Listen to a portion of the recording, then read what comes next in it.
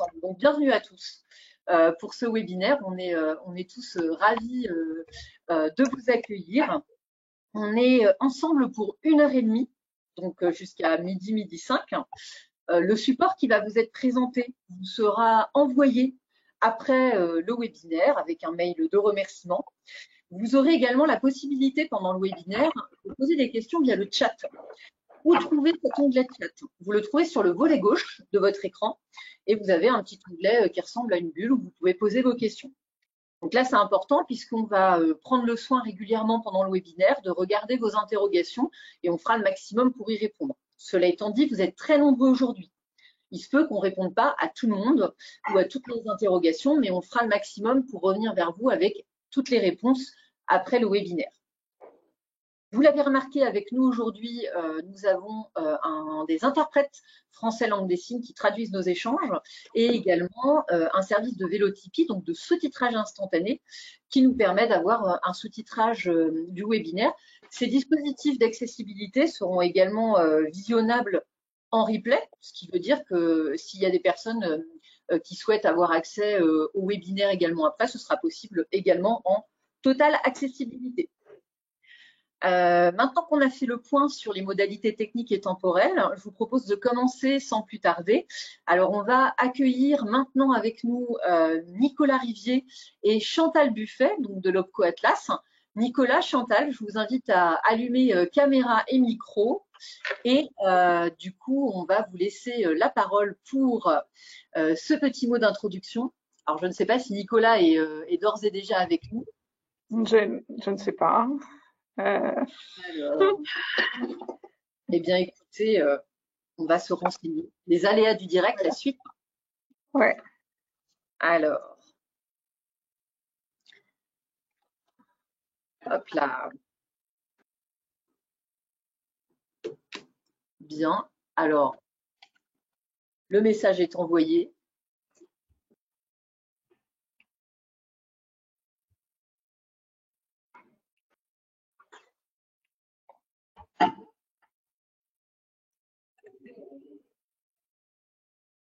Alors, je ne vois pas, effectivement, je ne vois pas Nicolas. La liste des intervenants encore connectés. Ok, alors il a un problème technique. Donc, ce que je propose, c'est peut-être que Chantal, tu prennes la parole pour commencer tranquillement l'introduction en attendant que Nicolas se connecte, si tu es d'accord. Oui, oui, tout à fait, pas de souci. Je lui dis simplement où je suis, comme ça, il pourra me rejoindre s'il a ce problème technique. Bonjour à tous, nous sommes ravis de vous accueillir aujourd'hui pour ce webinaire particulier. C'est un webinaire particulier par rapport à la thématique, bien sûr, mais aussi par rapport à la façon dont a été conçu ce webinaire. Ce webinaire a été conçu en fait grâce à la participation de référents handicap de la communauté du réseau CFA. Donc nous avons organisé en fait 2 réunions le 16 mai et le 9 juin dernier, où une réunion en présentiel, une réunion en distanciel, où les référents handicap de différents CFA, eh bien, se sont réunis pour construire et pour faire état de leur situation par rapport à la thématique. Je vais laisser Nicolas s'exprimer. Oui, bonjour à tous, désolé, petit décalage, un petit problème de connexion, mais tout va bien. Alors, tout d'abord, pour reprendre, merci à tous d'être présents aujourd'hui sur ce sujet d'intérêt. Le handicap, c'est un sujet d'intérêt global pour l'ensemble de nos branches qui sont très sensibles à la dimension d'intégration et de recrutement de profils de compétences, y compris en situation de handicap. Et par rapport à ça, c'est un sujet qu'on essaie d'appréhender globalement sur l'ensemble du spectre au niveau de l'OPCO.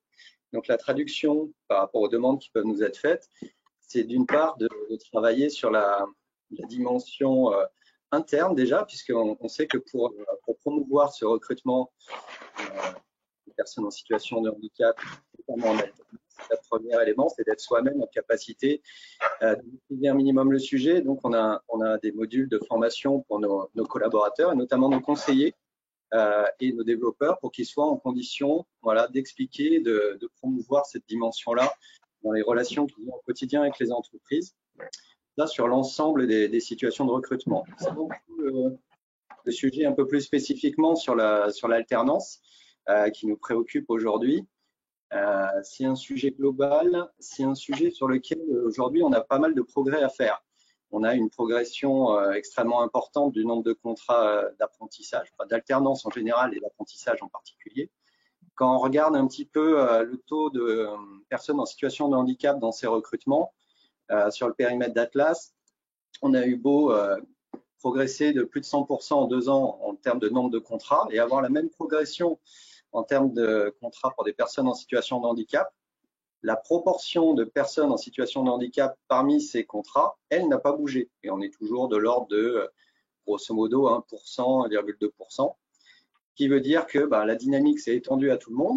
Donc ça, on n'a pas perdu, mais par contre, on n'a rien gagné en termes d'élargissement de l'intégration en alternance pour des personnes en situation de handicap. Et c'est vraiment l'enjeu qu'on a aujourd'hui, c'est de dire non seulement on veut avoir plus de personnes dans l'absolu, mais on veut aussi que la proportion soit plus large. Et quand on regarde aussi un petit peu plus loin sur le recours aux possibilités de majoration pour ces personnes en situation de handicap, et là, on devient carrément marginal, y compris sur ce 1,2%. Donc, pour dire qu'on a effectivement collectivement un enjeu fort, on est très heureux de pouvoir y contribuer, on est très heureux de voir la mobilisation des CFA qui sont les parties prenantes essentielles pour réussir. Hein. On ne pourra pas le faire sans vous. Et notre objectif, c'est vraiment de favoriser, donner le maximum de moyens et de ressources pour que ça puisse être réalisé au quotidien dans la relation avec ces jeunes et dans la promotion qui peut en être faite auprès des entreprises. Par rapport à ça, c'est un des éléments de notre approche cette année, d'être toujours au rendez-vous sur l'aspect de gestion des contrats, mais d'être surtout aujourd'hui plus en support et en accompagnement de l'ensemble des CFA avec qui on a la chance de travailler sur ces thématiques d'intérêt. Donc, le handicap aujourd'hui qui est au cœur, et on voit bien dans la participation que vous avez aujourd'hui tout l'intérêt que peut avoir cette démarche. On tient aussi à souligner qu'on est dans une démarche où on n'est pas seul, donc c'est l'OPCO avec les CFA et c'est l'OPCO avec la GFIP aussi et avec les partenaires qu'on peut avoir dans les régions. La convention qu'on a signée avec la GFIP, c'est très bien. Le fait d'avoir une convention, c'est très bien. Le fait d'avoir des actions, c'est encore mieux. On ne peut que se féliciter aujourd'hui au niveau de l'OPCO d'avoir cette démarche commune qui associe les trois acteurs, les CFA, la GFIP, l'OPCO, et de travailler en commun sur l'identification des problématiques concrètes et l'identification des pratiques qu'on peut diffuser. Et cette dimension-là, c'est à la fois faire mieux connaître les ressources qui sont disponibles et donner à voir les expériences qu'il y a pu y avoir. Et on trouve que ce partage-là est essentiel pour que chacun puisse se le réapproprier par la suite. Et c'est vraiment le sens de ce qu'on fait aujourd'hui. C'est pas du tout une démarche prescriptive, c'est pas du tout pour dire exactement la bonne manière. Il y a plusieurs manières de faire les choses. En tout cas, ce qui est sûr, c'est qu'il y a des préoccupations qui sont communes. Il y a des démarches qui peuvent être envisagées et qui peuvent être testées ensuite en fonction du contexte de chaque structure et de sa réalité et de ses moyens. Et nous, notre rôle, c'est de faciliter cette mise en relation et cet éclairage pour que chacun puisse ensuite en faire le meilleur usage. Donc là, aujourd'hui, je ne vais pas aller beaucoup plus loin parce qu'il y a beaucoup de choses à dire et je pense que le plus important, c'est les expériences qui vont pouvoir être remontées et les éléments qui pourront être complémentaires, qui pourront être précisés, notamment par nos collègues de la GFIP. En tout cas, on vous remercie pour le compte d'Atlas d'être présent aujourd'hui. Ceux qui ont contribué dans les groupes de travail précédents, un remerciement tout particulier et c'est le sens de la communauté des CFA Atlas, c'est d'être dans ce partage et dans ce travail en commun pour que l'ensemble de la communauté évolue. Eh bien, je n'ai plus rien à ajouter. Nicolas a tout dit. Donc, merci aux membres de la communauté d'avoir et aux référents handicap d'avoir agi et créé et permis de créer en fait, en fonction de leur priorisation, ce webinaire. Alors, vous aurez deux thématiques qui seront abordées aujourd'hui. La thématique sur l'identification des alternants en situation de handicap et la deuxième thématique qui sera la relation à l'OPCO. Et pour les autres thématiques, nous l'évoquons tout à l'heure à la fin de notre réunion. À tout à l'heure. Bien, merci à tous les deux pour cette introduction. Je propose que sans plus tarder, nous rentrions dans le vif du sujet. Donc, hop, je vais vous diffuser le support. Le sommaire, on l'a déjà évoqué, donc on va avancer. Et on va rentrer dans le vif du sujet avec le premier thème qui est ressorti donc, dans les groupes de travail et non des moindres, l'identification des alternants en situation de handicap. Donc là, on est sur un enjeu fort. Je vais demander, s'il vous plaît, à Sandrine Roy de l'AGFIP de nous rejoindre. Sandrine, est-ce que vous pouvez allumer caméra et micro, s'il vous plaît? Merci beaucoup, Sandrine. Bonjour. Donc, Sandrine, l'identification des alternants est un enjeu majeur. Pour les OFA, les CFA, c'est vraiment une thématique qui est ressortie dans les groupes de travail. Et ce qui est ressorti, c'est qu'il y a des difficultés parfois pour identifier ces alternants, ces apprentis en situation de handicap. Donc, est-ce que Sandrine, vous pouvez éclairer les CFA qui nous regardent sur les conseils que vous auriez, les outils qu'il existe pour identifier, faciliter cette identification, et puis pourquoi pas aussi quelques partages de bonnes pratiques. Après, on le verra sur le témoignage. Mais du coup, je vous laisse prendre la parole sur cette thématique riche et n'hésitez pas à me dire quand il faut que je passe au slide suivant. Très bien. Merci Caroline et bonjour à toutes et tous. Alors, avant d'évoquer les outils, je sais que souvent dans toute intervention, on attend les bonnes recettes, les outils. Moi, j'aimerais bien refaire un petit focus en arrière, en fait, parce que je pense que contextualiser les choses, faire un petit peu de genèse, ça vous donnera pas mal de clés de lecture et de clés de compréhension. Donc, la première chose, c'est de revenir sur la slide sur finalement qu'évoque le mot handicap en général. Si on avait eu un petit peu plus de temps, je vous aurais proposé de répondre en direct, mais globalement, ce qu'on constate, c'est qu'à chaque fois qu'on fait quand on pose ce type de questions, c'est souvent la même chose qui revient. C'est les notions de difficulté, de limitation, de compensation, d'incapacité, de frein, d'exclusion. Vous voyez, tout ce qui apparaît à l'écran. Ah, je m'entends en écho. Voilà, donc généralement, c'est ces terminologies qui reviennent. Et ce qui est normal, hein, qui sont liés aussi à des postures voilà, de représentation, de peur même, de crainte. Mais c'est vraiment ce qui ressort en général. On peut passer à la slide suivante. Ce que j'ai voulu évoquer avec vous, en fait, ce qui nous semble important, c'est que généralement, quand on parle de repérage ou d'identification, finalement, les personnes qui sont au contact des apprenants en situation de handicap sont les personnes qui sont les plus à même d'identifier, d'avoir des clés de repérage, d'alerte. Alors, l'enjeu, ça n'est pas de repérer la pathologie de la personne, de quoi elle souffre, c'est quoi son handicap, c'est pas ça l'enjeu. L'enjeu, on le voit bien, et c'est tout l'intérêt de cette slide, c'est de vous montrer que finalement, on peut avoir des pathologies différentes. Et là, je n'en ai pris que deux, et plutôt de type handicap cognitif. Et voilà, donc je me suis limitée à deux, mais c'est pour illustrer mon propos. On peut avoir donc des pathologies très différentes, mais qui peuvent se traduire finalement par des conséquences communes. Et l'idée, hein, c'est vraiment bien de repérer les conséquences, les incidences du handicap pour trouver des solutions pour aider à justement, là, ce qu'on voit comme exemple.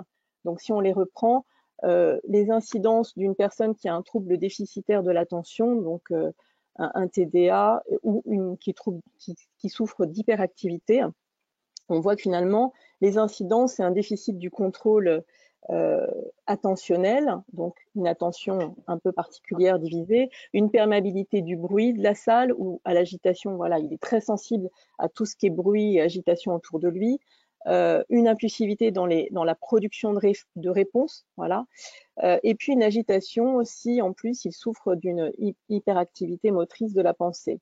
Et quand on regarde les personnes qui souffrent de bipolarité, alors en plus tout ça, ce qui n'est pas simple, ce sont plutôt des handicaps invisibles. Donc, ce sont des personnes qui souffrent de troubles de l'humeur, qu'on qualifie plutôt dans le handicap psychique. Et bien là, on a aussi des réductions de capacité de concentration, personnes qui se dispersent, qui sont beaucoup moins concentrées, une attention divisée, de la fatigue, une baisse de vigilance et une augmentation de l'irritabilité. Voilà, donc ça me semblait important de vous parler de ça et de prendre ces exemples concrets pour dire à toutes les personnes qui participent à ce webinaire, de dire en fait, vous avez les apprenants, l'ensemble des apprenants devant vous, et en fait, les clés de repérage, on peut vous donner effectivement quelques éléments, mais en fait, c'est surtout de l'observation. C'est surtout de l'observation, de regarder comment la posture, les gestes, les réactions, tout ce qui est non-verbal chez la personne, pour pouvoir avoir des signaux. Parce qu'évidemment, ça, je ne le redirai jamais assez, les personnes qui vont venir se présenter à vous, c'est finalement assez rare qu'elles disent, voilà, je suis personne handicapée, je suis reconnue, j'ai une RQTH, une reconnaissance de la qualité de travailleur handicapé. C'est très très rare, effectivement. Donc, voilà, vous l'aborderez lors des entretiens, lorsque vous accueillez la personne. Ça fait partie des questions que vous posez, et je vous redirai tout à l'heure comment poser les questions, voilà, les bonnes pratiques à avoir en tête. Mais ça me semblait important de revenir sur ça. Alors, si on passe avant de passer donc aux bonnes questions et aux outils, je voulais prendre un temps, et ça me semble vraiment très très important de s'appesantir sur ces notions, en fait, comment comprendre la notion de handicap pour mieux identifier les situations de handicap. Alors, il eût été intéressant de prendre du temps pour vous exposer un peu la genèse de la loi, notamment la loi qu'on connaît la mieux, c'est la loi de 2005, en vous parlant notamment de la classification internationale des handicaps qui a été publiée par l'OMS, il y en a eu 2 d'ailleurs, ou la déclaration des droits des personnes handicapées des Nations Unies qui s'est fortement inspirée de la déclaration des droits de l'homme. Mais ce qui est important de retenir, c'est qu'en 2020, c'est seulement en 2020 qu'il y a eu une nouvelle classification et que la notion de handicap est apparue. En France, on a eu 2 lois emblématiques, très différentes finalement sur le fond, j'y reviendrai un petit peu tout à l'heure, mais c'est avec la loi de 2005 qu'on a eu pour la première fois une définition de handicap qui a été posée. En fait, on est passé d'une loi, la loi de 75, qui était en faveur des personnes handicapées, à une loi, la loi de 2005, qui était une loi avec les personnes handicapées. Celles-ci, elles sont aujourd'hui, le législateur a souhaité que celles-ci soient intégrées dans la réflexion, notamment des réponses qui peuvent leur être proposées. Et notamment dans cette loi, comme vous voyez, il est bien indiqué, constitue un handicap toute limitation d'activité ou de restriction de participation à la vie en société subie dans son environnement par une personne. Donc, on retrouve dans cette loi de 2005 l'inspiration de la 2e classification du handicap de l'OMS, avec l'idée du handicap comme finalement la résultante entre une interaction d'une personne qui a une ou plusieurs altérations de capacité et un environnement. Et c'est là que je veux en venir. L'environnement, finalement, c'est vous l'organisme de formation. Autant la loi de 75 était dans une optique d'intégration, notamment avec tout ce qui a trait à la scolarisation, autant la loi de 2005, on est dans une optique inclusive. Alors, on pourrait revenir sur ces notions d'inclusion qui ne plaisent pas à tout le monde, mais il n'empêche que ce terme-là pose beaucoup de choses, et notamment l'idée de créer une société plus inclusive. Et alors, quand on parle de plus inclusive, c'est finalement de créer une société plus accessible, plus ouverte. Et c'est finalement cette notion d'accessibilité, j'imagine que vous avez beaucoup entendu parler, notamment avec les critères Calliope, etc. Ça n'est pas une option, c'est un devoir de société, un devoir de tous. Voilà. Ce que je peux dire aussi en complément, et après je passerai au slide suivante, c'est que le terme d'inclusion a été choisi car c'est le marqueur vraiment d'une politique publique qui vise à changer de cap. On sort du principe intégratif qui consistait à dire je réadapte la personne pour lui permettre de rejoindre la norme, pour dire aujourd'hui je repense la norme, on est tous différents et comment on propose une société qui pense les différences au lieu de penser la moyenne ou la norme. Donc vous le voyez, c'est vraiment différent. Et si on ramène ces concepts à l'accessibilité dont vous entendez beaucoup parler, l'accessibilité, voilà, c'est finalement pour un centre de formation, c'est comment anticiper au maximum l'accueil, la sécurisation des parcours, après avoir analysé l'environnement et on voit ce qui est résiduel et malgré les efforts qui ont pu être réalisés, finalement, quel est le chemin à parcourir pour que la personne puisse participer pleinement à la formation. Et c'est là qu'interviennent les notions de compensation. Voilà, donc on peut passer, Caroline, à la slide suivante. Parce que c'est ce que finalement vous attendez, c'est finalement quelles sont les bonnes questions à se poser pour identifier une situation de handicap. Donc les premières questions à se poser de notre point de vue, c'est finalement qu'est-ce que la personne peut, qu'est-ce qu'elle peut faire encore par rapport à tout ce qui lui est demandé, réfléchir à comprendre comprendre comment elle peut exécuter la tâche qui est demandée, comment elle peut exposer une problématique, rédiger une fiche, est-ce qu'elle peut participer au temps collectif, comment elle s'organise finalement sur les temps de travail personnels, comment elle peut participer à la vie du collectif. C'est s'interroger aussi dans toutes les situations, à la fois quand elle est en situation de travail, donc le directeur de l'OPCO évoquait tout à l'heure l'alternance, donc il y a effectivement les situations quand on est en entreprise et les situations en formation, mais également pendant les examens, c'est pour les évaluations, voilà. Comment on peut comprendre aujourd'hui quelles sont les limites qu'elle peut avoir dans le cadre des examens et également dans la vie en société, pendant les pauses, les déjeuners avec le collectif.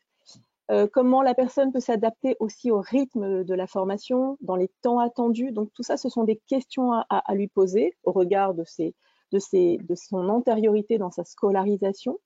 Qu'est-ce qui fait obstacle aussi aujourd'hui au regard des incidences de son handicap? Et là encore, on ne parle pas de handicap, mais bien des incidences.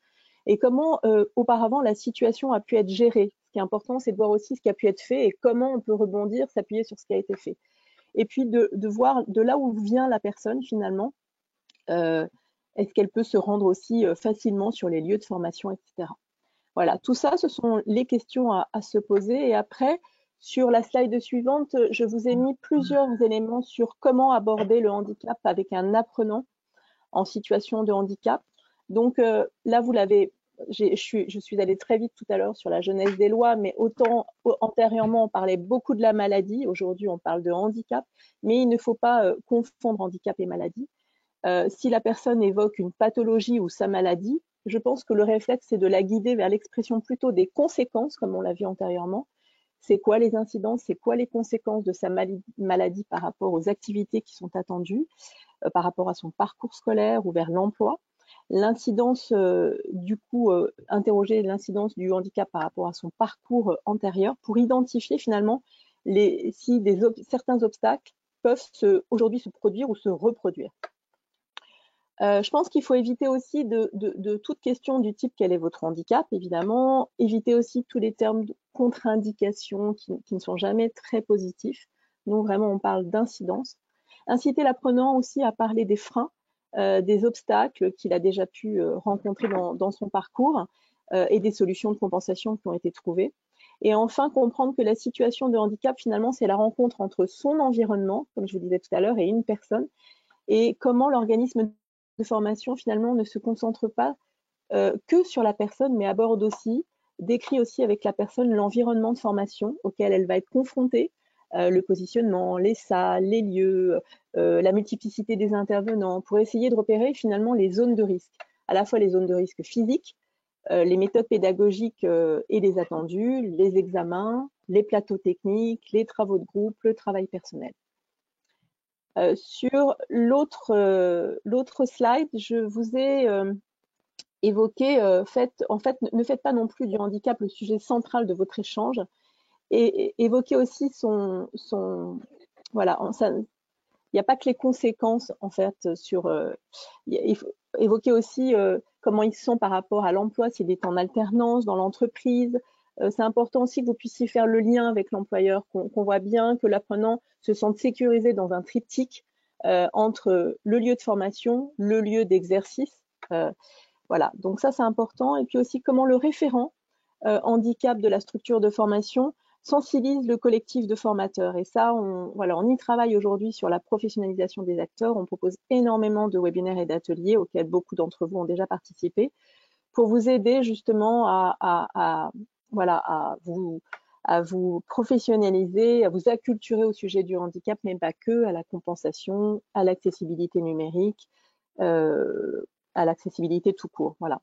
La clé pour nous, elle est vraiment dans les échanges initiaux avec la personne, le plus tôt et le mieux évidemment, mais également dans le suivi, faire des points réguliers avec la personne pour essayer de voir si au regard de l'entrée en formation, est-ce qu'il y a des nouveaux obstacles qui sont apparus. Voilà, faire des points réguliers. C'est aussi une bonne pratique qu'on souhaite évoquer. Alors, pour finir, je vois qu'il me reste 1 minute 50. Également, vous suggérez d'organiser un temps d'échange avec l'équipe pédagogique pour identifier ensemble ce qui peut faire obstacle. Parler de la démarche de reconnaissance de la RQTH. Donc, sur ça, je vous ai mis pas mal d'outils dans une slide sur les outils. Je vous ai partagé beaucoup de liens avec des petites vidéos. Rappelez que la démarche de reconnaissance, ça n'est pas, voilà, c'est volontaire et c'est personnel. Et que vous avez, vous, une obligation de confidentialité, que seule la personne peut décider d'en parler. Par contre, là où vous pouvez apporter un plus, c'est de faciliter l'accès aux informations et à la constitution du dossier MDPH pour pouvoir obtenir cette fameuse RQTH, qui n'est pas très parlante pour les apprenants, surtout pour les jeunes. Et après, les autres bonnes pratiques, c'est en fait vous dire que plus vous communiquerez en interne, plus vous montrerez finalement votre volonté à accueillir la différence et plus les apprenants se sentiront en confiance. Voilà. Et ce que je voulais aussi vous dire, c'est oser en parler avec les ressources handicap formation. Vous trouverez en fin de cette présentation 4 ou 5 slides sur finalement comment rentrer en contact avec les référents handicap formation. Et sur la dernière slide sur les prérequis, j'en finirai là, les prérequis de la réussite du parcours, vous dire qu'il y a un certain nombre d'acteurs autour de vous, tous les référents de parcours, ça peut être les référents Cap Emploi, Pôle Emploi, Mission Locale, ou les référents de structures médico-sociales, mais aussi les référents qui ont une compétence, ce qu'on appelle les prestataires d'appui spécifiques, et puis évidemment les RHF. C'est autant d'acteurs qui peuvent au quotidien vous accompagner voilà, dans la sécurisation des parcours. Et j'ai débordé de 10 secondes. Voilà, excusez-moi. J'espère que… C'est pas grave du tout. Merci Sandrine. On a nous-mêmes débordé au début avec les problèmes techniques. Donc, tout va bien. Merci beaucoup pour ces éléments. Effectivement, vous verrez que là, il y a des slides aussi que Sandrine a mis à votre disposition, pardon, des liens utiles, comme elle le disait, sur des vidéos que vous pouvez diffuser. Quand on parlait de communication, il y a des capsules vidéo faites notamment par le PRIT, le PRITH Île-de-France, qui s'adresse aux jeunes en situation de handicap et qui peuvent aider à introduire cette notion de RQTH qui effectivement n'est pas du tout évidente, surtout quand on sort en fait du bac, de l'école et que potentiellement c'est la famille qui s'occupait du dossier. Et puis comme l'a dit Sandrine, les incidences. Qu'est-ce qu'on peut marquer comme point de repère pour que l'équipe pédagogique du coup repère des signaux si jamais la personne ne s'est pas déclarée, n'en a pas parlé au CFA, et comment est-ce qu'on peut se servir de ces signaux d'alerte pour les partager à l'équipe pédagogique afin qu'ils vous remontent des situations qui du coup peuvent arriver en cours de parcours. Autant d'outils, autant de conseils, effectivement, de questions que vous pouvez intégrer, par exemple, dans les groupes de travail. Il y a une bonne pratique qui est ressortie, faire une grille d'entretien un peu formalisée qui aide au moment où vous accueillez un alternant à poser des questions, effectivement, comme le disait très justement Sandrine, pas directement sur potentiellement un handicap ou potentiellement une maladie qu'il ou elle aurait, mais du coup à se dire est-ce qu'il y a eu des signaux d'alerte de par le passé ou peut-être des choses qui ont eu une incidence sur la passation des examens, sur le déroulement de la scolarité et qui pourraient vous aider à mettre la puce à l'oreille, sur ce sujet. Donc, autant de conseils qui sont à votre main. Les liens, ils ne bougent pas, ils sont dans le support et vous les recevrez.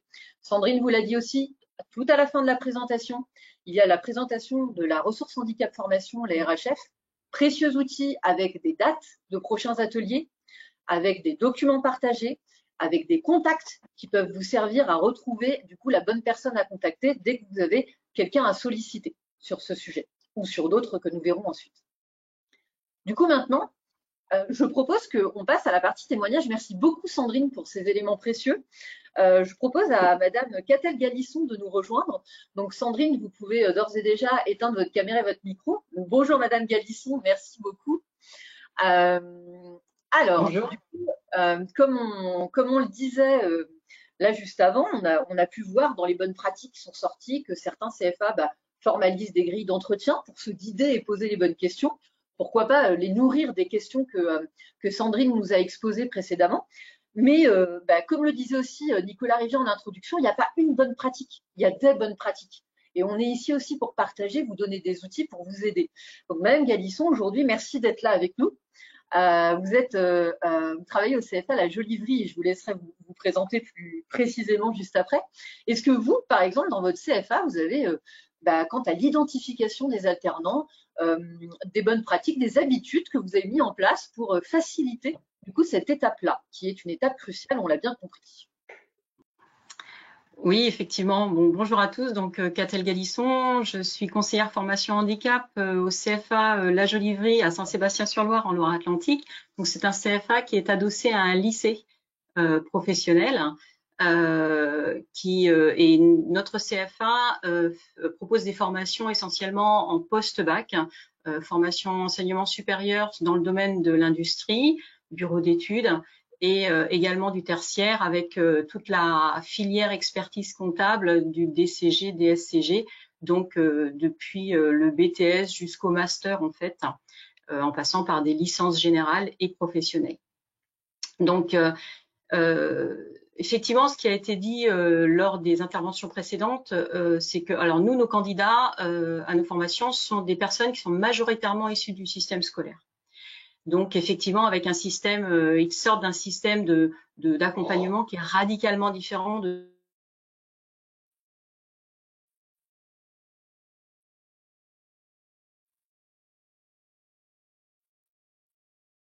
On a une petite coupure Internet du côté du CFA. Ne vous inquiétez pas, les interprètes, je vous ai vu vous interroger, c'est général. Hein. Je pense que... Ah voilà, ça y est, on a retrouvé Madame Galisson. On a eu une petite coupure, excusez-nous. Ah, on ne vous entend pas très bien. Alors, on va se laisser une minute le temps de récupérer une connexion stable. Essayez de reparler pour voir. L'image est plus... Ça y est, mon son est activé, c'est bon? Oui, on vous a retrouvé, c'est bon. D'accord, je suis désolée. Pourtant, j'ai essayé de mêler toutes les connexions possibles de façon à stabiliser, mais a priori, bon. Donc, je disais effectivement que j'interviens aussi dans le système de la référence handicap, dans le système formation initiale, formation temps plein en enseignement supérieur. Donc, je m'aperçois bien des différences de fonctionnement. Alors, effectivement, aussi avec la possibilité pour une personne en situation de handicap de faire une formation en alternance sans limite d'âge, il y a quelques-uns des apprentis que nous accueillons qui sont issus du milieu professionnel. Mais en fait, ça reste quand même à la main. Alors, en amont de l'inscription, nous avons 2 vecteurs d'identification de candidats potentiels, ce sont les plaquettes. L'indication de ma mission et mes coordonnées sont faites sur les plaquettes de présentation des formations. Et donc, ces plaquettes, elles sont à la fois à la destination des candidats, mais également des entreprises. Les informations sur les plaquettes, elles incitent les personnes déjà reconnues à entamer des démarches de collecte de renseignements sur le processus d'accompagnement. Et pour moi, c'est un premier niveau d'identification de candidats potentiels qui relève de ma mission. Ensuite, il y a la présence sur les salons et lors de journées portes ouvertes. Alors, des salons dédiés handicap, certainement, mais pas que. Au contraire, même des salons génériques. Hein, dans l'Ouest, nous avons la Formatech, mais nombre de salons locaux qui présentent les formations. Et donc, je suis également présente, alors pas sur tous les salons, parce que je ne peux pas me démultiplier, mais sur un certain nombre de salons. Et puis, comme je le disais, comme la plupart de nos candidats sont issus du milieu scolaire, j'accompagne mes collègues conseillers formation lorsqu'ils font des informations collectives dans les établissements scolaires, les lycées. Et là, ça permet aussi déjà de faire une première présentation de ce qui existe dans l'alternance sur l'accompagnement des apprentis en situation de handicap. Et c'est précieux parce qu'effectivement, comme on le disait tout à l'heure, il y a une méconnaissance de ce qui se fait en apprentissage. Ensuite, on passe au processus d'inscription. Donc, lors du processus d'inscription, il y a le dossier d'inscription. Et dans le dossier d'inscription, nous demandons nous posons la question sur alors une question qui reste très neutre et plus facilement acceptée et compréhensible qu'une question directe sur le handicap, nous posons la question des aménagements d'examen. Est-ce que la personne a déjà bénéficié d'aménagements d'examen auparavant? Alors pourquoi? Parce que cette question, en fait, elle est, comme je le disais, donc elle est plus compréhensible pour la majorité des candidats qui postulent chez nous. Et elle couvre plus de candidats et elle permet une identification plus large de futurs alternants potentiellement concernés par une ERQTH. On demande de joindre tout document qui atteste de ce besoin, donc la notification d'aménagement d'examen antérieur, mais également, alors quand on parle du scolaire, les plans d'accompagnement qui ont été éventuellement mis en place.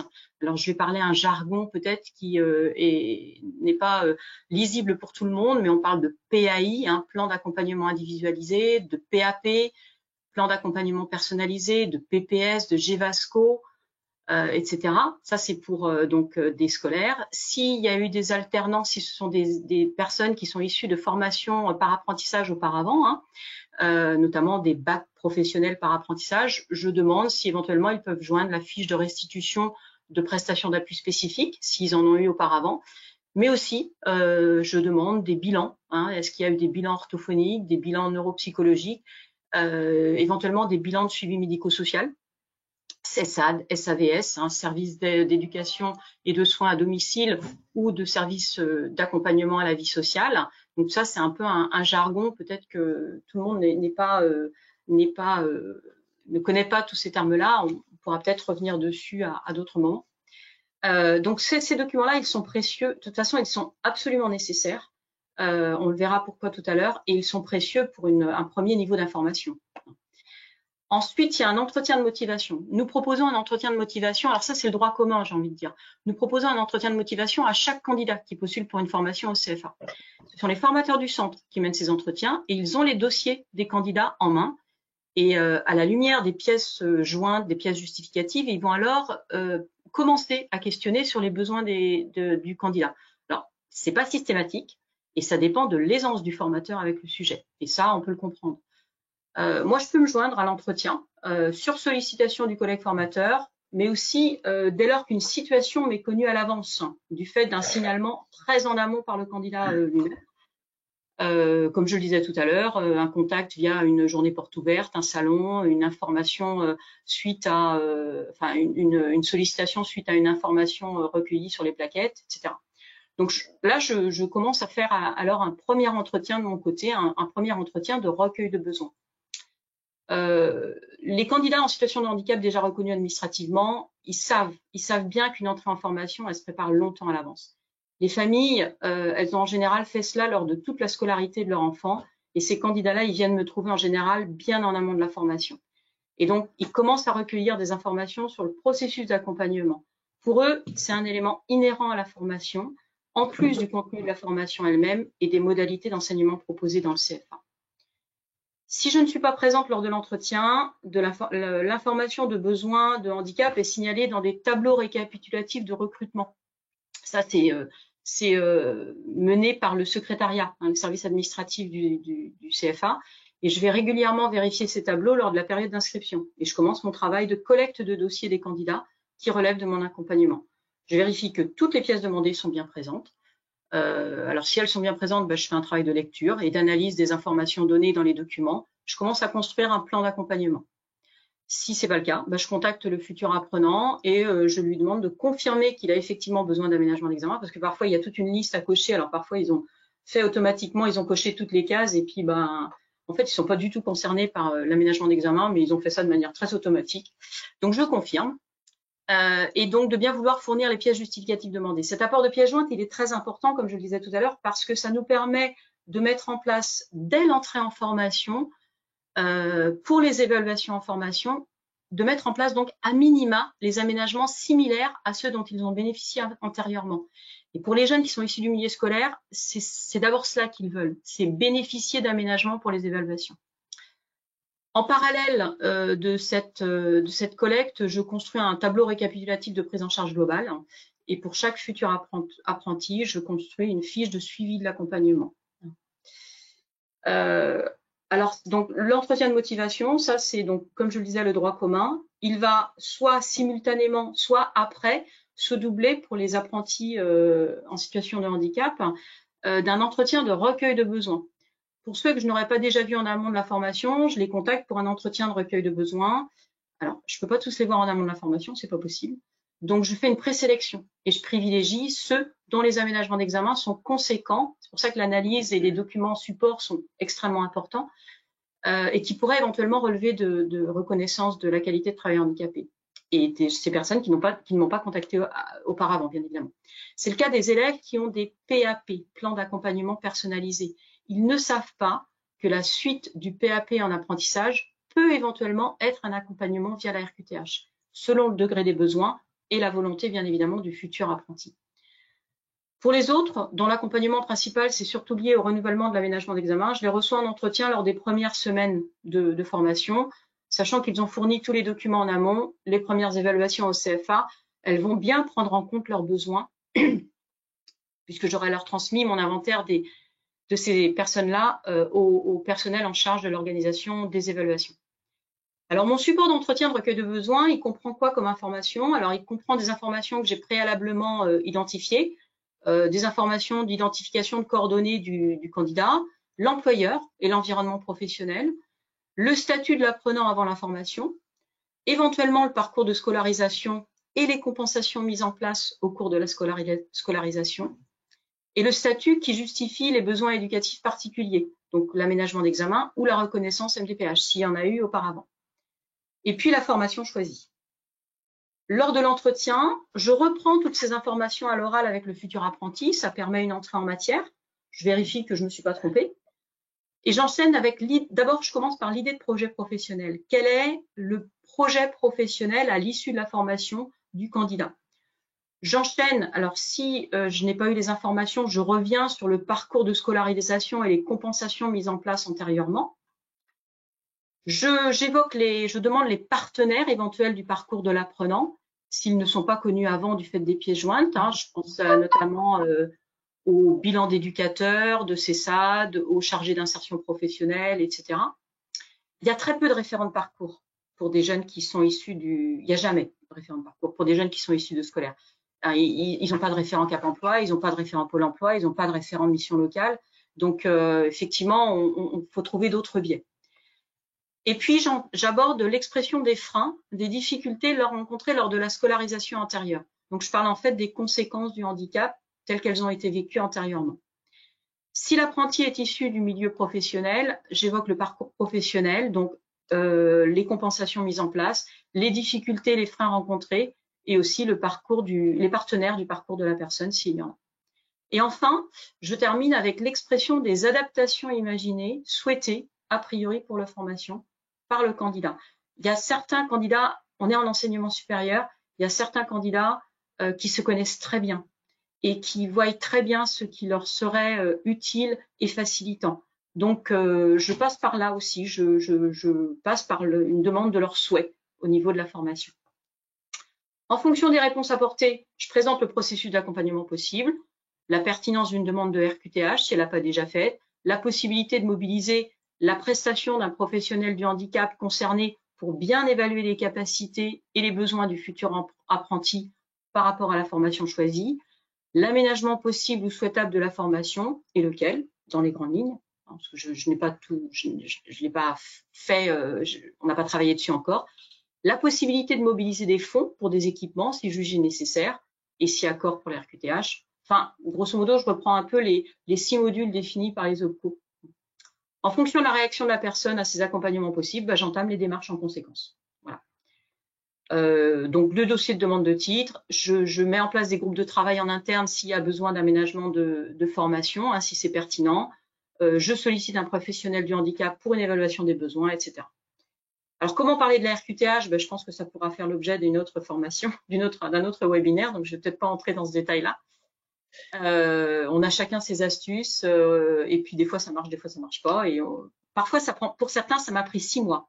6 mois pour pouvoir les amener à faire une demande de RQTH, leur prouver la pertinence de la RQTH. Donc voilà, il est jamais trop tard, jamais.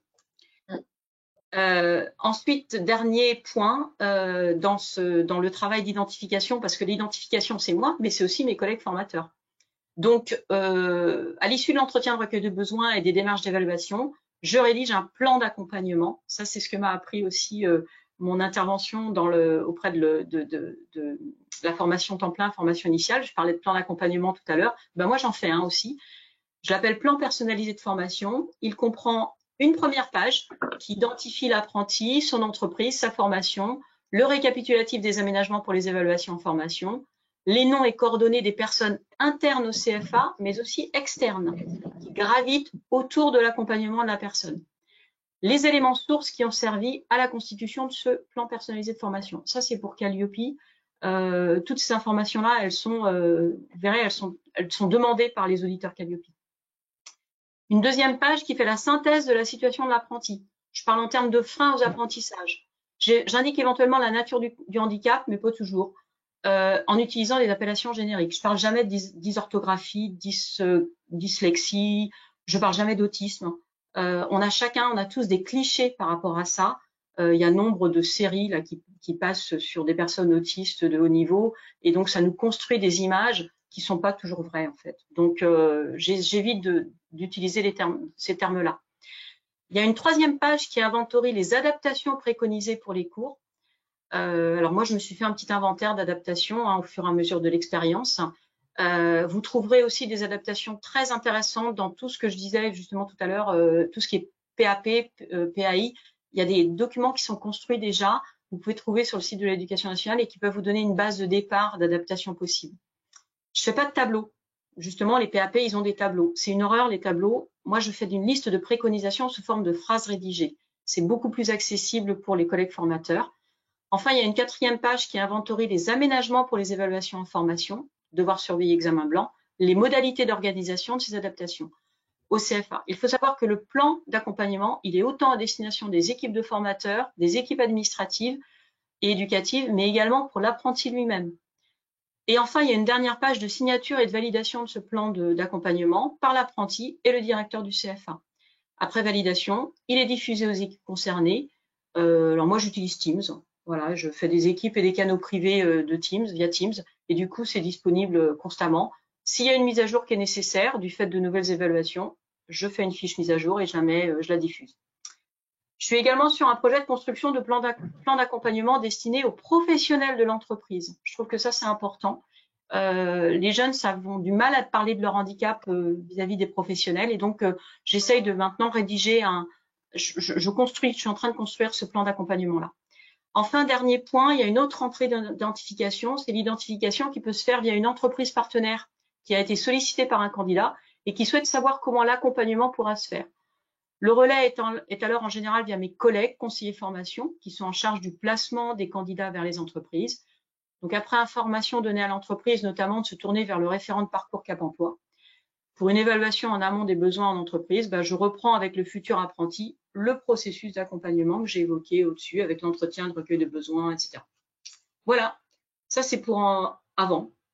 Ça c'est pour quand on est sur un processus normal. Hein. Voilà. Mais il peut y avoir effectivement d'autres cas.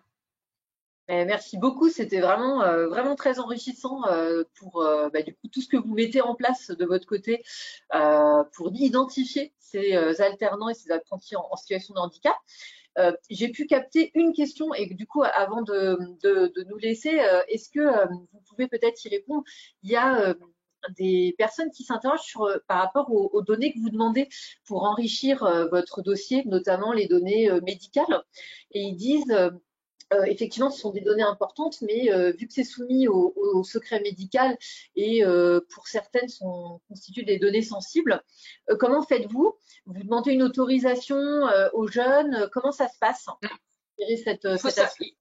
Ouais, alors je demande si les personnes ne souhaitent pas les transmettre, eh bien, ils ne les transmettent pas. Après, moi, ce qui m'intéresse, c'est les bilans, c'est les conclusions. C'est pas toutes les données d'évaluation, c'est les bilans et les conclusions qui vont préconiser les adaptations. Si toutefois le candidat ne souhaite pas transmettre ces informations-là, c'est vrai que ce sont des documents qui sont en général à destination des médecins qui vont eux-mêmes derrière, médecins traitants, qui vont eux-mêmes derrière remplir les formulaires, je pense aux aménagements d'examen, qui vont remplir eux-mêmes les formulaires de demande d'aménagement d'examen. Si toutefois le candidat ne souhaite pas transmettre ces informations-là, eh bien, je leur demande de passer par leur médecin traitant pour pouvoir avoir une information sur les adaptations qui sont préconisées. C'est vrai que c'est un secret médical, on est d'accord. Maintenant, les bilans d'orthophonistes notamment, les orthophonistes ne sont pas des médecins. Donc voilà, c'est des informations paramédicales, on est d'accord. S'ils ne souhaitent pas les donner, ils ne les donnent pas. J'avancerai avec ce que j'ai. Voilà. Et puis. Merci beaucoup. En tout cas, c'était vraiment très riche pour tous ces apports. Du coup, là, on a entendu beaucoup de choses qui peuvent vous guider. On a entendu du coup des pratiques sur la phase amont, sur le fait de sensibiliser aussi le collectif pédagogique aux situations. On parlait aussi de conséquences du handicap, puisqu'on les évoquait aussi avec Sandrine de l'AGFIP tout à l'heure. Et parmi les autres bonnes pratiques qu'on a pu aussi identifier dans les groupes de travail, hop, on a eu un certain nombre d'éléments qui sont ressortis. Notamment sur le fait de communiquer, ça a été évoqué et par Madame Galisson et par Sandrine Roy de la GFIP tout à l'heure, le fait de communiquer sur le handicap en général et comment est-ce qu'on va du coup sensibiliser aussi l'équipe pédagogique, embarquer les équipes autour de ce sujet pour faciliter justement peut-être, Madame Galisson l'évoquait, les détections, les repères, les signaux qu'on peut aussi voir en cours de parcours. Et il y a des éléments pour ça. On vous les a mis dans le support. Sandrine vous les a ajoutés, notamment, par exemple, pour communiquer sur les temps forts de l'année, au moment de la semaine européenne pour l'emploi des personnes en situation de handicap, ou bien vous voulez lancer un challenge dans vos équipes au sein du CFA. Il y a un certain nombre d'outils, de supports de communication et de supports de sensibilisation auxquels vous pouvez avoir accès gratuitement, qui sont personnalisables. Et tout ça, vous pouvez notamment l'obtenir via le site de la GFIP, Activateur de Progrès. En devenant activateur de progrès, tous ces outils-là, ils sont à votre main et vous pouvez les utiliser sur les temps forts, par exemple, de l'année, au sein de vos équipes, mais aussi, par exemple, récupérer les affiches, les personnaliser et les diffuser au sein du CFA. C'est tout à fait une possibilité. Donc là, on vous a mis un certain nombre d'éléments qui sont ressortis pendant les groupes de travail. Là, je viens d'en détailler un, mais il y en a d'autres. Donc, il y a aussi créer une trame d'entretien, on l'a évoqué tout à l'heure, entre les bonnes pratiques partagées par Madame Galisson, les questions qui ont été évoquées par Sandrine. Vous avez de quoi aussi, pourquoi pas, créer votre propre trame pour mener des entretiens en amont des admissions ou même après si besoin était. On a aussi eu un témoignage sur le fait de récolter et de diffuser des témoignages d'alternants en fait en situation de handicap, qui peut être aussi très utile lorsque vous faites par exemple des temps forts au moment de la rentrée ou au moment pareil des temps forts autour du handicap. Faire parler les principaux concernés, ça peut vraiment être un super outil pour vous. J'ai également vu une question, et après je vais laisser Chantal m'en poser d'autres, peut-être que je n'ai pas vu. J'ai vu une question sur ce que évoquait Sandrine tout à l'heure sur la ressource handicap formation. Vous demandiez dans le chat comment est-ce qu'on pouvait rentrer en contact, comment est-ce qu'on pouvait solliciter la ressource handicap formation. Vous verrez à la fin du support, il y a des slides qui vous présentent la ressource et qui vous disent où vous pouvez trouver les contacts. Mais déjà, je vous en donne à l'oral 1, quand vous êtes sur le site de la GFIP, il y a différentes entrées. Particuliers, entreprises, acteurs de la formation. Vous cliquez dans acteurs de la formation, vous avez un certain nombre d'outils qui existent et il y a la possibilité et comment contacter la ressource handicap formation étape par étape avec l'ensemble des contacts en fonction de votre région. Donc là, n'hésitez pas à les solliciter. Du coup, Chantal, a-t-on d'autres questions dans le chat par rapport à cette première partie? Alors, tu as fait effectivement le tour des 2 questions les plus importantes. Il y en aurait peut-être une autre, et puis les autres nous répondront, je pense, au fur et à mesure. Comme il existe une médecine du travail, existe-t-il des ergothérapeutes du travail pour l'adaptation de l'outil? C'était plutôt une question pour Madame Roy. D'accord. Alors du coup, Sandrine, si vous en êtes d'accord, est-ce que vous pouvez vous reconnecter, allumer votre caméra et votre micro? Donc là, en fait, on parle aussi de personnes ressources, hein, finalement. Est-ce qu'il y a des personnes spécialisées qu'on peut faire venir, si je comprends bien la question, pour du coup adapter les situations? Oui, je suis pas. Alors, ce que je disais tout à l'heure dans la sécurisation des parcours, les référents à mettre autour de la table. Alors, les premières ressources sont les ressources handicap formation qui, elles, sont tout à fait habilitées sur leur territoire. Elles identifient, elles connaissent les acteurs qui peuvent interagir, qui peuvent apporter une plus-value à la résolution d'une situation. Donc, c'est vraiment pour moi la clé d'entrée, les ressources handicap formation, mais dans les prestataires peut-être un peu spécifiques, on va dire, c'est ce que j'évoquais tout à l'heure, ce sont les prestataires d'appui spécifiques qui, eux, sont sélectionnés par appel d'offres par la GFIP et qui sont là pour apporter une connaissance fine d'un type de déficience. Voilà, donc on a plusieurs prestataires d'appui spécifiques en fonction des handicaps, handicap visuel, handicap auditif, etc. Mais je dirais que ces acteurs-là, en fait, en passant par la clé d'entrée des ressources handicap formation, vous rentrerez plus facilement en contact avec ces prestataires spécifiques. Et je vous mets dans le chat le lien direct pour avoir l'annuaire. Voilà, c'est ce que j'étais en train de chercher en entendant la question. Super, super. Ben, merci beaucoup. Merci beaucoup, Sandrine, pour ce complément d'information. Du coup, on reste attentif aux questions, hein, vous inquiétez pas, je vois qu'il y en a beaucoup qui défilent. On va passer du coup à notre seconde partie avec du coup cette notion de relation à l'OPCO. Nicolas Rivier l'évoquait en introduction du webinaire. Il y a cette possibilité pour les OFA et les CFA de mobiliser la majoration du co-contrat, notamment pour quand on a un alternant en situation de handicap, un apprenti en situation de handicap. Et aujourd'hui, dans les difficultés qui ont été remontées, c'est parfois la difficulté à la mobiliser. Donc là, l'idée, c'est de vous guider sur les outils qui existent qui peuvent vous faciliter la vie. On aura également un témoignage d'une personne qui travaille en CFA et qui vous expliquera comment elle procède, peut-être pour vous donner une idée d'une bonne pratique qui pourrait vous être appliquée à vous aussi. Alors, sans plus tarder, je vous propose qu'on rentre dans le vif du sujet avec Pascal de l'AGFIP. Si vous voulez bien nous rejoindre, vous connecter avec votre caméra et votre micro. Bonjour Pascal. Du coup, afin d'aider les OFA et les CFA, Pascal, à évaluer les besoins d'aménagement des alternants en situation de handicap, l'AGFIP a créé une grille. Est-ce que vous pouvez nous en dire plus? Est-ce qu'elle est obligatoire? Si oui, quand? Pour qui? Et pour que les CFA puissent s'approprier cet outil, parce que c'est une question qui revient souvent finalement, est-ce que quelque chose est prévu et mis en place? Et encore une dernière question, sans entrer dans les détails de la grille, parce qu'elle est très fournie et du coup on ne pourra pas la voir en détail là. Est-ce que vous auriez quelques conseils à donner aux CFA qui nous regardent pour finalement retenir l'essentiel et du coup manipuler cette grille avec aisance pour les aider? Merci Caroline, bonjour à tous. Je veux bien que vous me mettiez sur le bon slide, parce que comme ça, moi, je commente en direct. Voilà, merci beaucoup. Oui, avant d'engager la discussion autour de cette grille, l'idée, c'était aussi de repartir de ce qu'exigeait la loi aujourd'hui. Aujourd'hui, donc on est parti de ça, en fait, pour déterminer notre complémentarité. Ce que doivent mettre en place les organismes de formation et notamment les CFA, c'est nommer un référent handicap dans chaque CFA. On attend bien plus qu'une simple nomination, hein. C'est après, il y a tout un processus.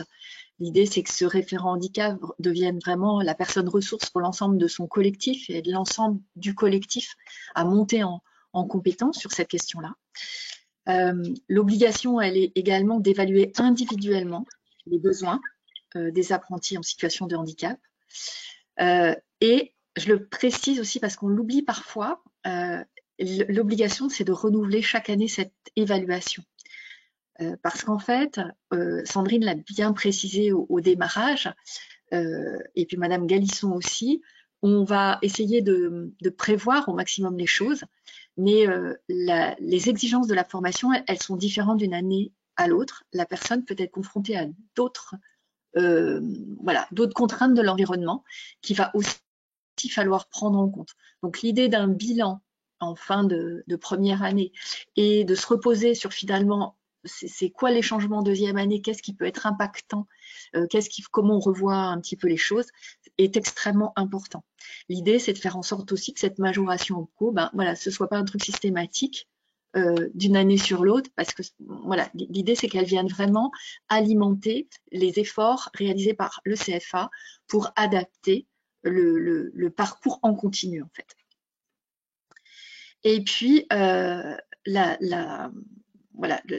dernière obligation, enfin il y en a bien d'autres, mais enfin voilà, c'est d'être en capacité, d'attester de sa capacité à accueillir les personnes en situation de handicap et à proposer des adaptations. C'est un petit peu tout le processus Calliope, où comment dans la qualité des formations, on a aussi intégré la qualité d'accueil des personnes handicapées. Sachant encore une fois que je le rappelle tout le temps, mais ce sont les seuls à avoir une obligation d'emploi.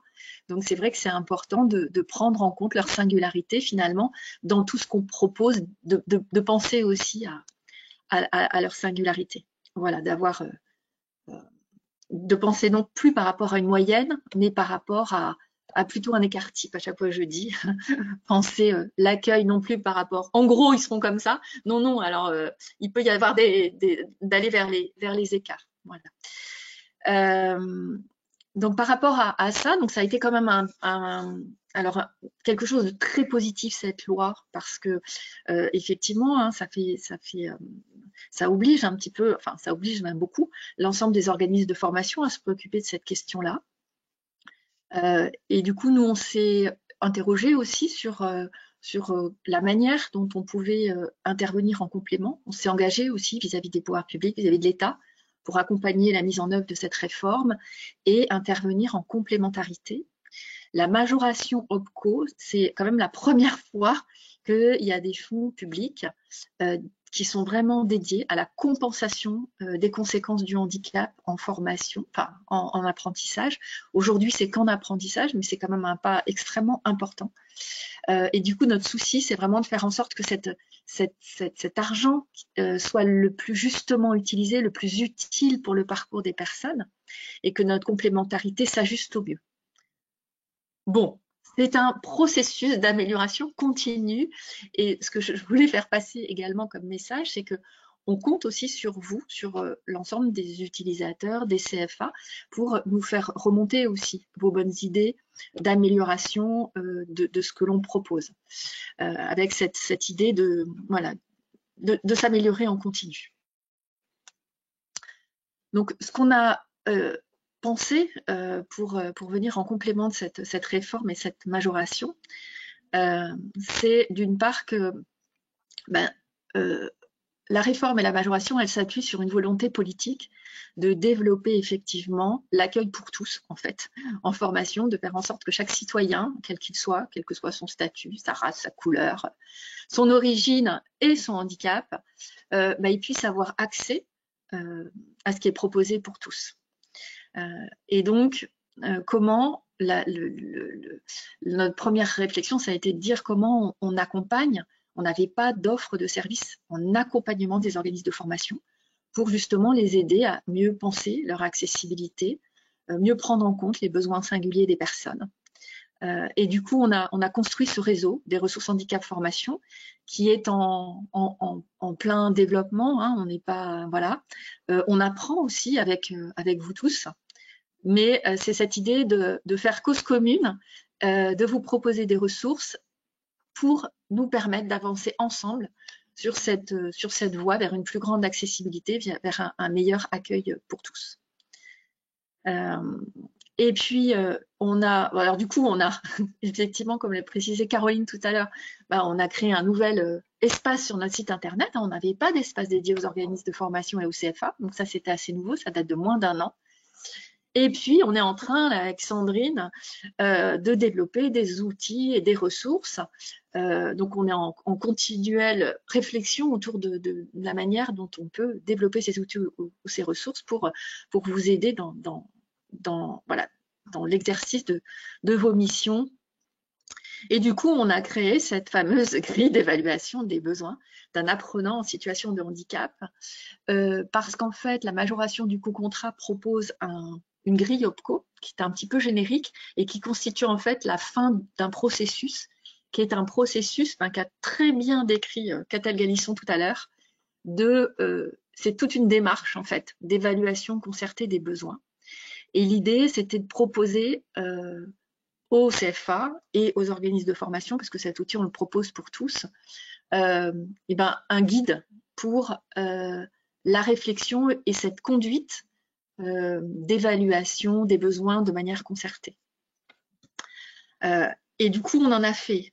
C'est vrai que l'idée, c'est d'être à la fois accompagnant, mais à la fois de faire en sorte qu'on arrive à travailler un petit peu sur les mêmes outils, parce que ça facilite aussi beaucoup le travail de nos instructeurs. Ça permet de se dire finalement de quoi on a besoin collectivement. Donc nous, cet outil-là, en fait, ce passage, on l'a rendu obligatoire pour tous les financements qui sont déposés auprès de la GFIP, pour tous les financements qui concernent des besoins de compensation en formation, donc pour des apprentis, des salariés en formation ou des demandeurs d'emploi en formation,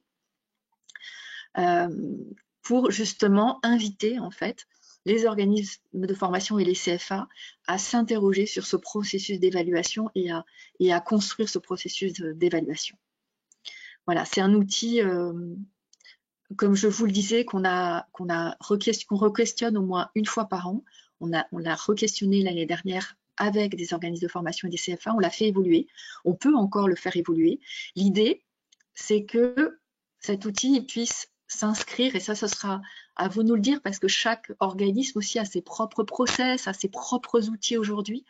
Comment est-ce qu'on arrive à inscrire aussi cette démarche et cet outil dans ses propres processus internes? Et c'est en partie le travail que vous propose aussi, que vous pourrez réaliser avec les ressources handicap formation.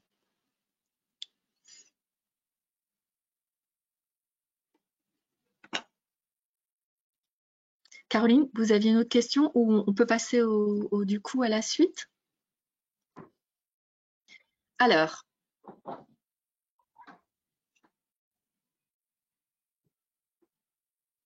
bon, vous inquiétez pas, on passe à la deuxième slide.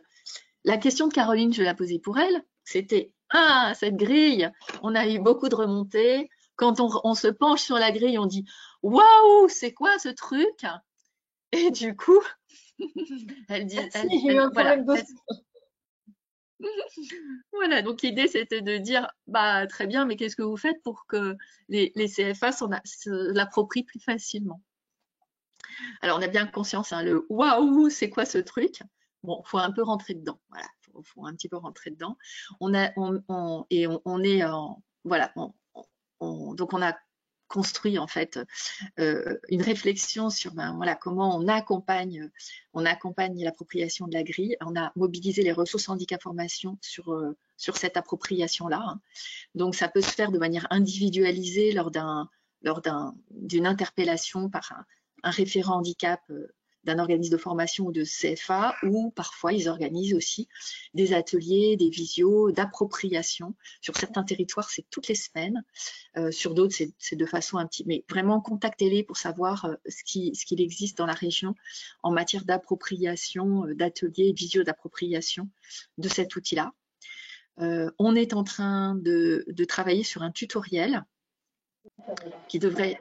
On croise les doigts bientôt être mis en ligne. Alors, j'ai un bruit de fond. Voilà, merci. Voilà, et puis dans l'outil directement, alors ça a été le premier niveau. Hein. Il y a encore un bruit de fond. celui qui vient de faire ses entretiens. Alors, excusez-moi, je me permets de prendre celui qui coupe les HEC, imagine. Excusez-moi, au niveau des intervenants. Après, il dit, il faut que tu trouves une alternance. Il dit, non, bah là, c'est pas compliqué de trouver des alternances, c'est les entreprises qui veulent les candidats. Et après, il faudrait que tu trouves une alternance. Il dit, c'est pas compliqué de trouver une alternance, c'est les entreprises qui cherchent les candidats. Hein? Voilà. Oui, peut-être qu'on peut couper directement les micros, je ne sais pas. C'est ce que j'ai fait. Est-ce que c'est mieux, Pascal? Oui, c'est mieux. Merci, Caroline. Voilà, ce que je voulais préciser aussi, c'est que dans l'outil, on a prévu alors ça, c'était parce qu'en plus, ils ont payé alors, excusez-moi, il faut que je regarde. Et puis, ils ont payé un acompte, là, maintenant.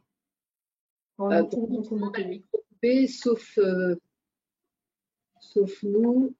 Je vérifie au niveau des... Non, essayez. J'entends plus rien. Je reprends. Oui, allez-y, Pascal. Voilà, du coup, on reprend dans l'outil en lui-même. N'hésitez pas à aller consulter ce qu'on a appelé les informations utiles. Pourquoi cet outil? Comment m'en servir? Quelles obligations? Voilà. N'hésitez pas aussi, encore une fois, à nous faire remonter vos remarques, vos propositions, vos besoins en fait d'amélioration. On sera vraiment à l'écoute et on va prendre un petit temps cet été pour y retravailler.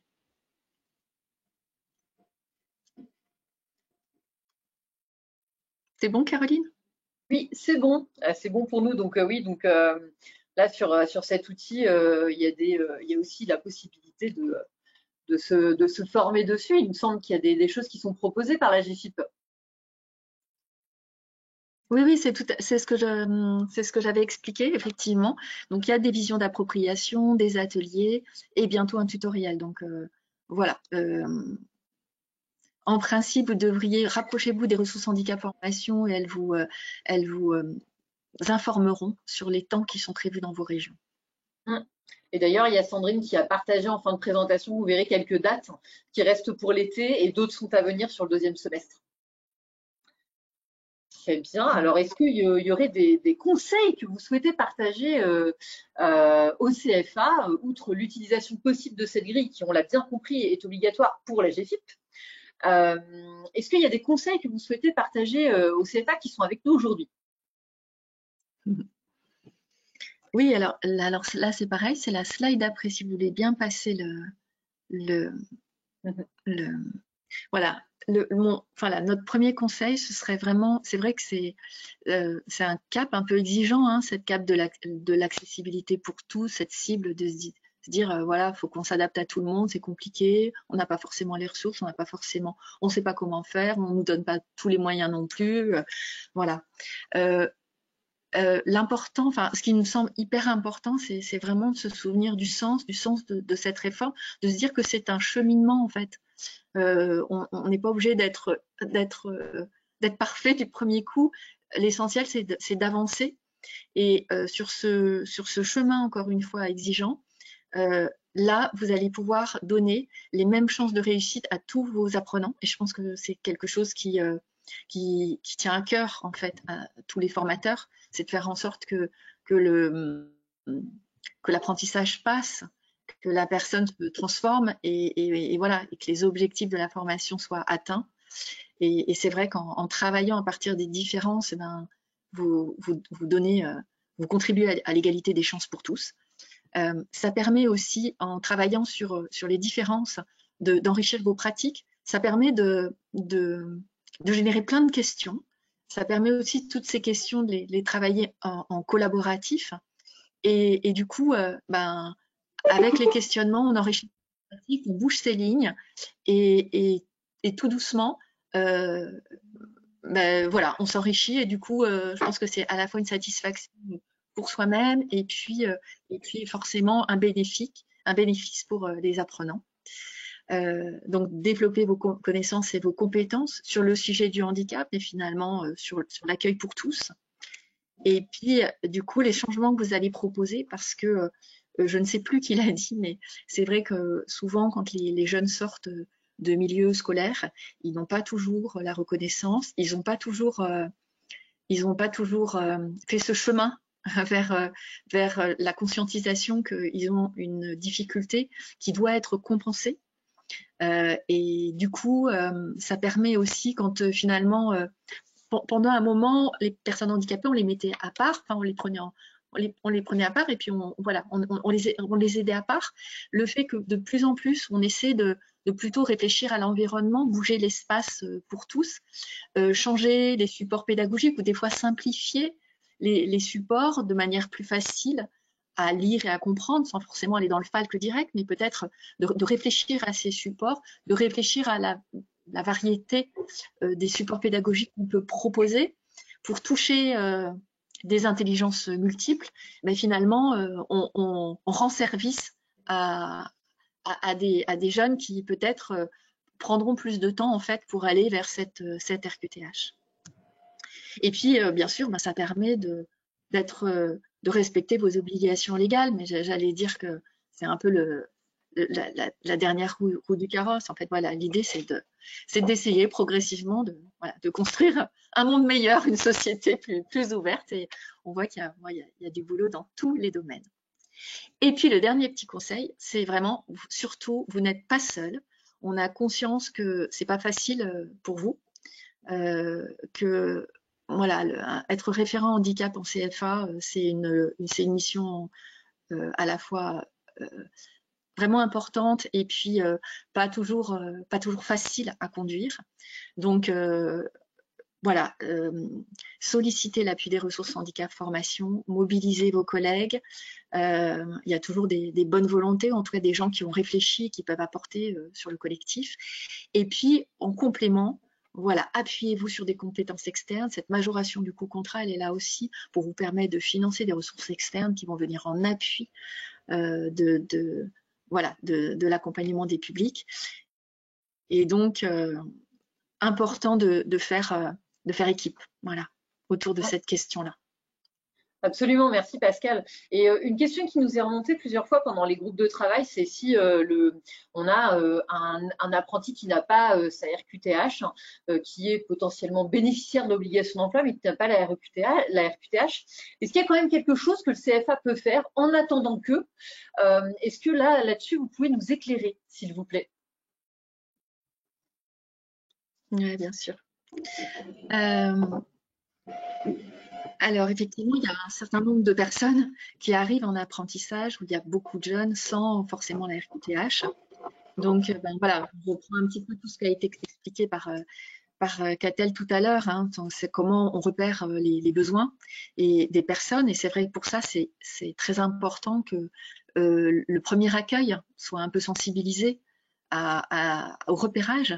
Peut-être de difficultés liées au handicap pour qu'après il puisse y avoir voilà, tout cet échange autour de la reconnaissance et de l'intérêt de bénéficier d'une reconnaissance de travailleurs handicapés, tout simplement parce que ça donne des droits et que ça permet d'avoir davantage de moyens justement pour financer cette compensation. Voilà. Et puis, bien sûr, d'engager tout ce processus d'évaluation concertée des besoins. Nous, la GFIP, on intervient en fait dès lors qu'il y a un dépôt de demande de reconnaissance qui est engagé. Donc, on demande un récépissé et à partir du moment où on a un récépissé, on peut tout à fait, c'est-à-dire que la personne, elle s'engage vers une reconnaissance de handicap, on peut tout à fait instruire et donner un accord pour un financement et accorder des financements. Dans le cas particulier des apprentis, et dans la mesure où la majoration du co-contrat, et c'est aussi assez exceptionnel, hein, c'est pour tenir compte de la spécificité de ces publics, la loi, elle peut être rétroactive, en tout cas sur la première année, puisque vous avez jusqu'au 10e mois du contrat, enfin le contrat d'un an, pour demander la majoration sur la totalité de l'année, sur des besoins relatifs à la totalité de l'année. Donc, dans ces cas-là, si une demande est déposée, la GFIP, elle va instruire le dossier, elle va donner son accord pour un financement et elle ajustera son financement en fonction de la possibilité ou pas de mobiliser l'OPCO dans l'année, tout simplement.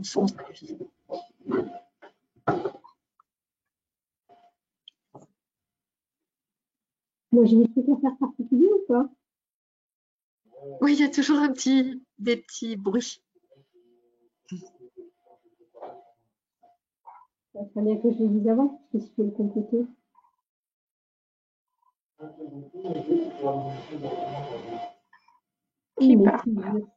J'ai récupéré la main sur le son. Veuillez nous excuser pour ces multiples problèmes techniques. Nous allons y arriver. Merci beaucoup, Pascal, pour ces informations qui sont précieuses.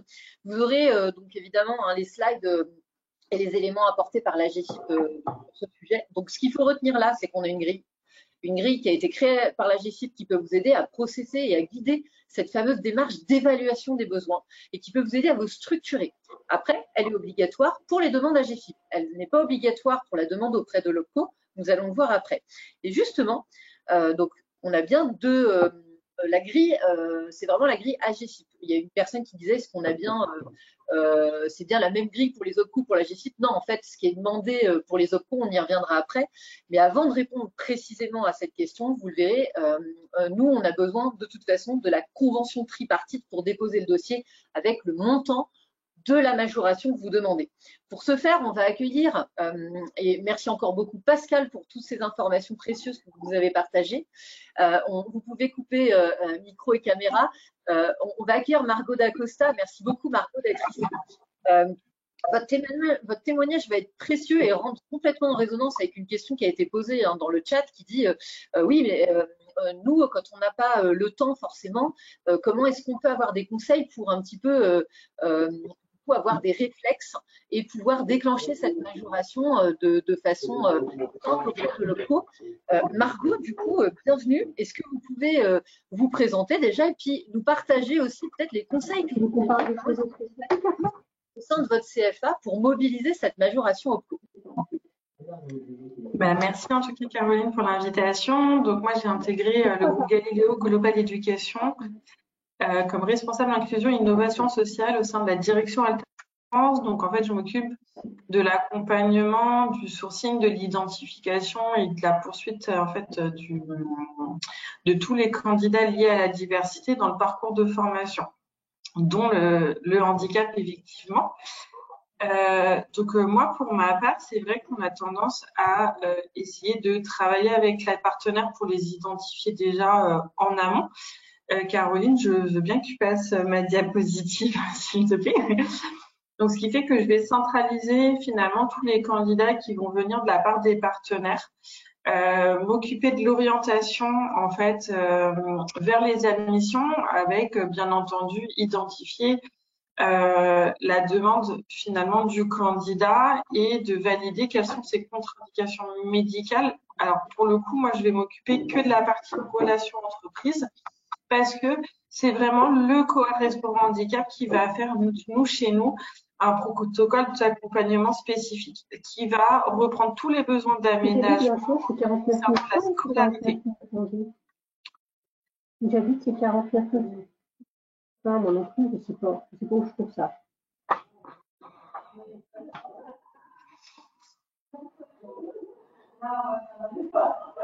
Donc, concernant ce protocole, je vais m'en appuyer pour valider tout ce qui aura été mis en place pour que l'aménagement de la scolarité soit adapté. Donc, par exemple, s'il a besoin d'un tiers-temps, je vais prendre en compte par rapport à son programme de formation quel volume horaire ça va représenter. Si on identifiait qu'il y a une mobilité à l'international, on sait qu'on va prévoir un deuxième rendez-vous.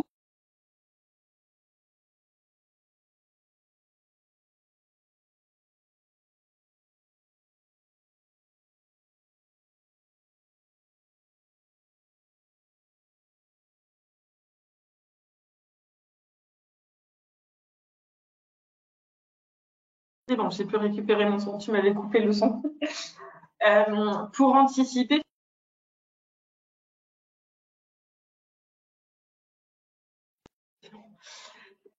pour activer la mobilité, on va prévoir un rendez-vous de façon à anticiper la mobilité. Donc, nous, on fait des mobilités courtes à l'étranger d'une semaine, mais ça n'empêche que s'il y a des déplacements à l'étranger, il faut les anticiper. S'il y a besoin d'interprètes aussi, il faut anticiper. Donc, tout ce parcours-là, bien entendu, il faut anticiper cette mobilité et éventuellement faire un deuxième rendez-vous. Bien entendu, finalement, si la personne aujourd'hui n'a pas de reconnaissance en qualité de travailleur handicapé, mais qu'il exprime le besoin de faire cette reconnaissance, nous, on va l'inciter à la faire. Et par contre, pour le coup, là, c'est pas le correspondant handicap de l'école qui le fait, c'est moi qui accompagne sur cet appui-là. Donc, bien entendu, là, je vais anticiper en fait le financement. Donc, je le délègue pas, c'est moi qui le prends en charge. C'est du temps que je consacre à cette personne pour remplir en fait tout son dossier MDPH. Et donc, je vais anticiper, je vais lui envoyer les documents, envoyer éventuellement si la MDPH fait la demande en ligne, le lien pour remplir sa demande en ligne, prévoir un entretien pour finalement expliquer ce que c'est, comment on le remplit, bien expliquer, revalider le dossier avant l'envoi, bien justifier les pièces justificatives qu'il doit mettre. Donc voilà. Je m'occupe aussi de faire le lien avec les entreprises, autant sur le positionnement des candidats vers des missions handicap, mais aussi de rappeler après à l'entreprise quand il a été recruté qu'on peut l'accompagner pour mobiliser les aides de la GFIP. Donc ça, et puis nous on va aussi accompagner à l'issue de la scolarité, donc du cursus de formation, soit une recherche d'emploi, soit une nouvelle alternance parce qu'il intègre une de nos écoles, sinon on va l'orienter aussi vers un partenaire de l'emploi. Donc moi, comme j'ai identifié tous ces besoins-là, on a fait un cas spécifique par rapport en fait au précis de l'apprentissage et au vadémécum des OPCO, qui reprend finalement tous les modules avec des volumes horaires et des montants. Et moi, je considère que je fais un forfait parce qu'aujourd'hui, moi, j'ai une 50aine de campus en France et je ne pouvais pas faire du réel. La seule chose que je prends en compte dans le réel, ça va être les factures. Je veux bien que tu présentes mon autre diapositive. Donc là, par exemple, je vous mets un cas pour 1 an. Donc, c'est une formation qui dure que 1 an. Donc, je vais avoir mon évaluation initiale avec le forfait associé, l'adaptation pédagogique, les aménagements d'épreuves. Donc, ça va être tout le temps suivi d'accompagnement à la recherche d'emploi, mais aussi les aménagements pour les épreuves. Donc, ça va être un forfait qui est sur 60 heures, donc qui est de 600 €.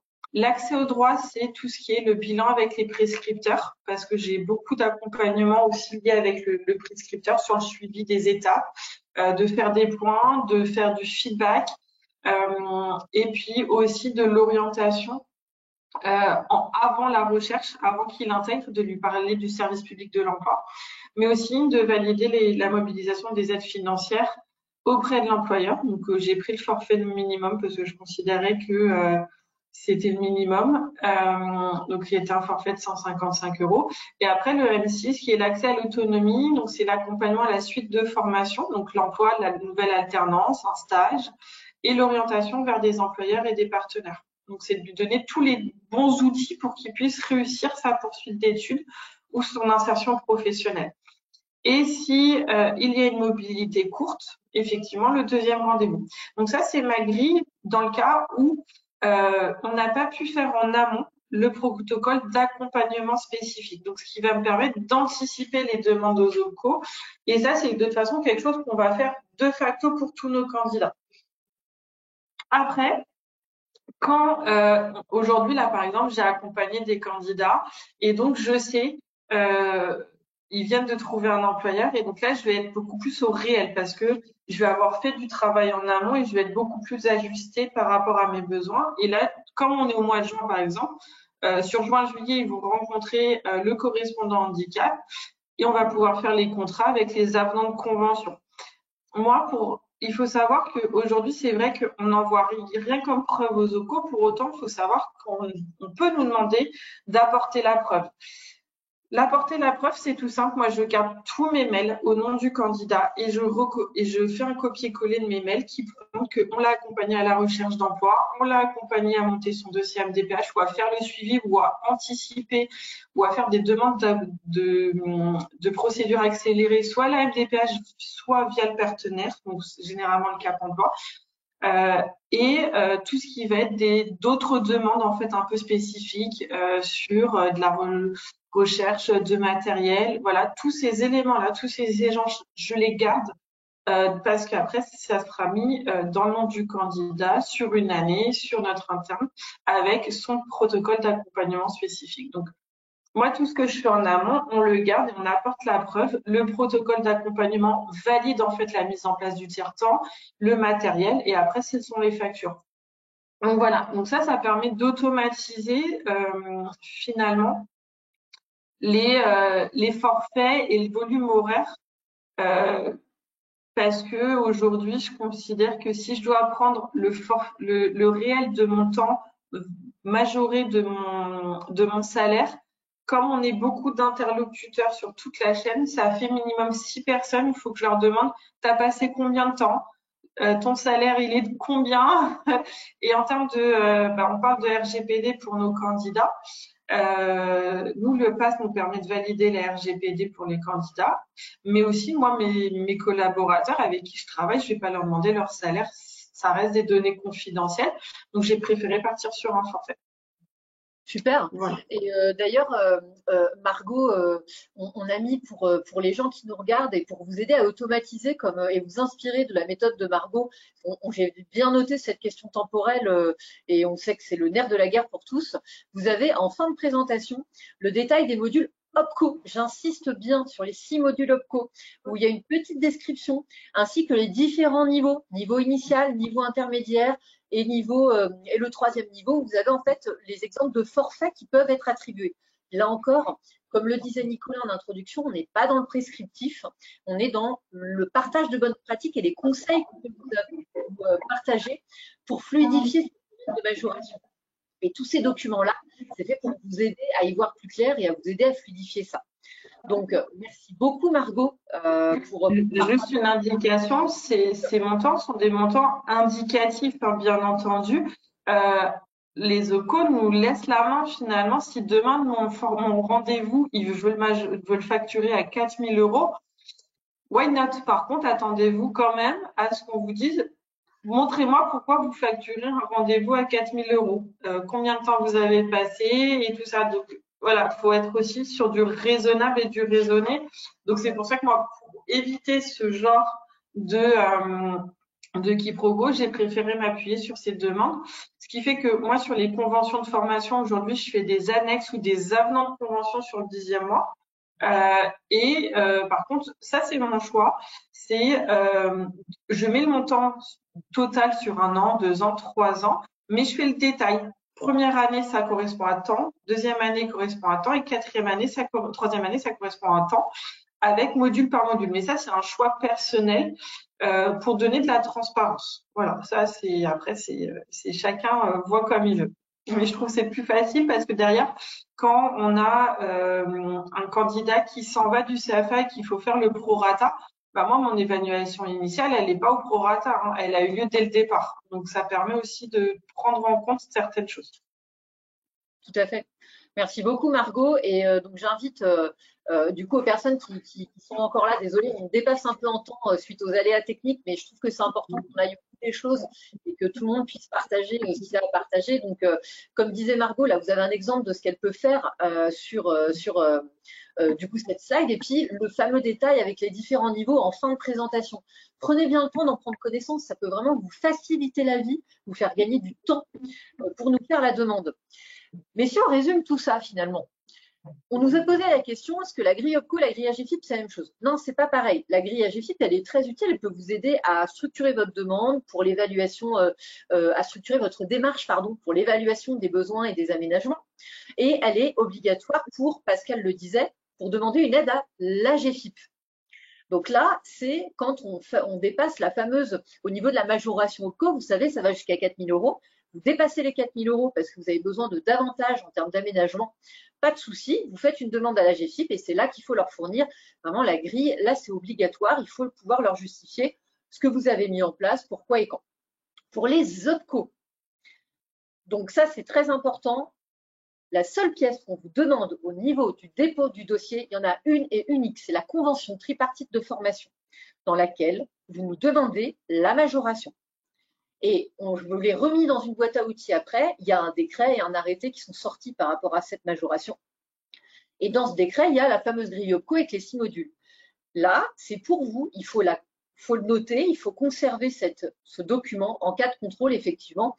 Et puis, vous avez quelques exemples que Margot a pu vous partager sur les preuves que vous pourriez fournir, effectivement, en cas de contrôle. Donc, cette grille, elle est à conserver de votre côté, elle n'est pas à fournir au moment du dépôt du dossier auprès de l'OPCO. Donc, ça, c'est vraiment important à avoir en tête. Et je voudrais, si Chantal est d'accord, qu'elle se reconnecte caméra et micro ouvert quelques minutes, parce que pendant les groupes de travail, il y a une question qui nous a été posée de façon récurrente et qui nous ont dit, mais oui, mais une fois qu'on a demandé la majoration, Mme Pachou, j'ai un problème, c'est que moi, je ne sais pas. Comment est-elle acceptée? Est-ce qu'il y a un courrier spécifique, Chantal? Comment est-ce que les CFA ont cette information? Les CFA ont l'information dès lors qu'ils reçoivent un courrier d'accord de prise en charge. Donc, encore faut-il que le dossier ait été instruit par nos équipes opérationnelles, bien sûr.